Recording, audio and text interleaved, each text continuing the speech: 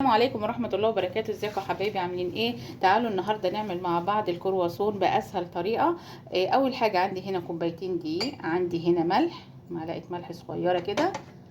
اقلب كده الملح في الدقيق. عندي هنا معلقة خميرة، معلقة سكر، عندي هنا ربع كوباية زيت، عندي هنا هعجن بمية دافية، عندي هنا مية دافية. بسم الله الرحمن الرحيم.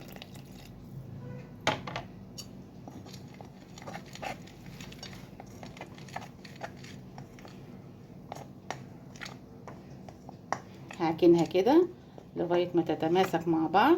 نرجع مع بعض تاني. كده لميت العجينة بتاعتي اهيت، بسم الله ما شاء الله. شايفين العجينة حلوة ازاي وناعمة؟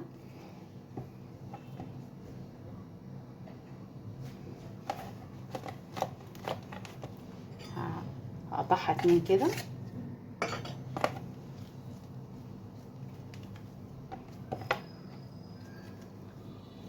هسيبها تخمر بقى 10 دقايق ونرجع نشكلها مع بعض.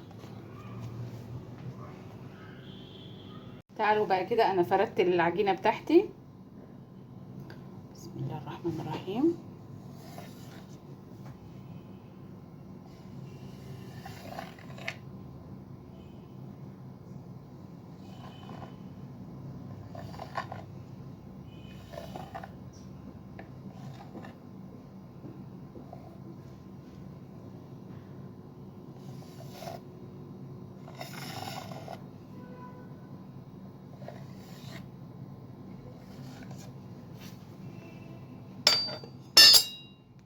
عندي بقى هنا زبدة، هجيب طبق بقى وابدأ افرد عليه. شد بقى الحتة دي كده. عندي هنا زبدة، احط حتة زبدة كده، ابدأ الف.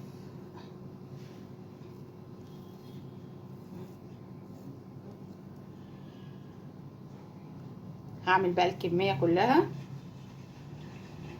وهدهنها سمنة من فوق مع بعض واسيبها تخمر 10 دقايق.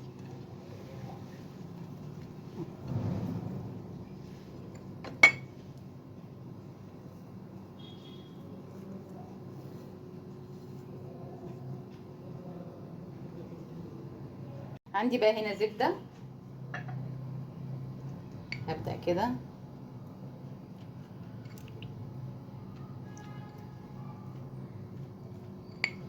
هسيبه بقى يخمر.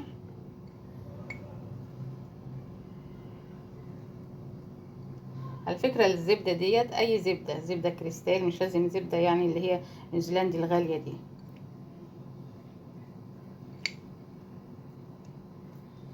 هسيبها تلت ساعة كده تخمر وادخلها الفرن على طول.